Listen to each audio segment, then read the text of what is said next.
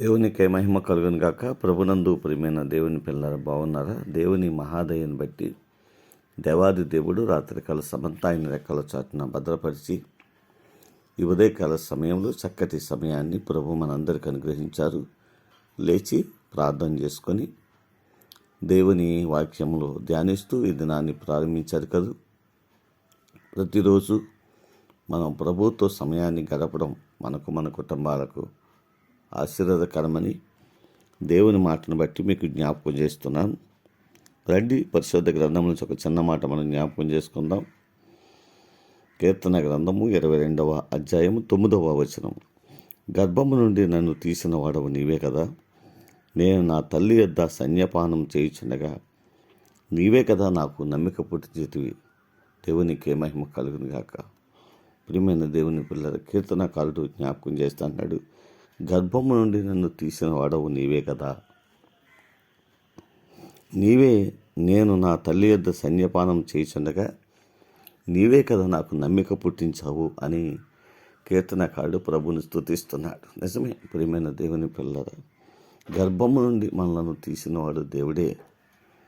దేవుని యొక్క వాక్యమును బట్టి మనం జ్ఞాపకం చేసుకున్నప్పుడు దేవుడు తన కృప ద్వారా మనలను కృపతో జ్ఞాపకం చేసుకొని గర్భములో నుండి బ్రతుకుమని మనకు సెలవిచ్చి ఈ లోకంలోనే తీసుకొని వచ్చాడు.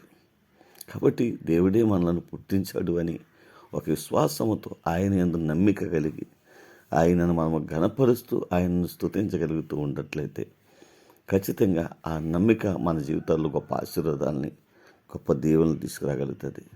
కీర్తనకారుడు ఆ రీతిగానే గొప్ప దీవెన తన జీవితంలో సంపాదించుకోగలిగాడు. మనము కూడా అటువంటి నమ్మిక, అటువంటి విశ్వాసాన్ని మనము కలిగి ప్రభు సన్నిధిలో గొప్ప దీవెన వర్షాన్ని మనకు మన బిడ్డలకు పొందుకోవడానికి దేవుని సన్నిధిలో నమ్మిక కలిగి జీవించాలని ఈ చిన్న మాట ద్వారా జ్ఞాపకం చేస్తున్నాను. దేవుడు అటువంటి భాగ్యాన్ని ప్రభు మనందరికీ అనుగ్రహించి నడిపించును గాక. ఆమేన్. కృపా సత్య సంపూర్ణమైన మా తండ్రి, కృపామయుడైన మా దేవా, నీకు వందనాలు, స్తోత్రాలు. ఈ ఉదయకాల సమయంలో మరి చక్కటి మాట ద్వారా మీరు మాతో మాట్లాడినందుకు వందనాలు.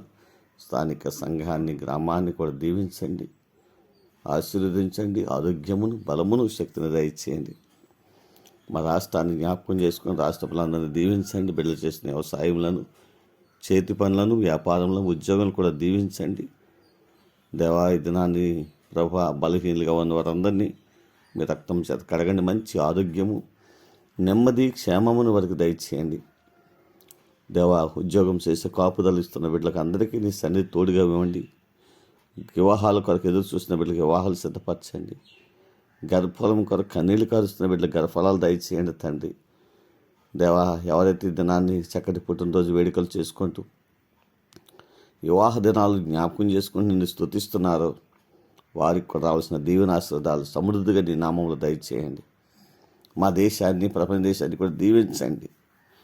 మా గ్రామాల నుండి, మా ప్రాంతాల దేశాల్లో, ఆ రాష్ట్రాల్లో ఉన్న ప్రియ బిడ్డలందరినీ జ్ఞాపకం చేసుకుని వారి కష్టార్జితం తండ్రి వారికి, వారి బిడ్డలకు ఆశీర్వాదకరంగా మార్చండి.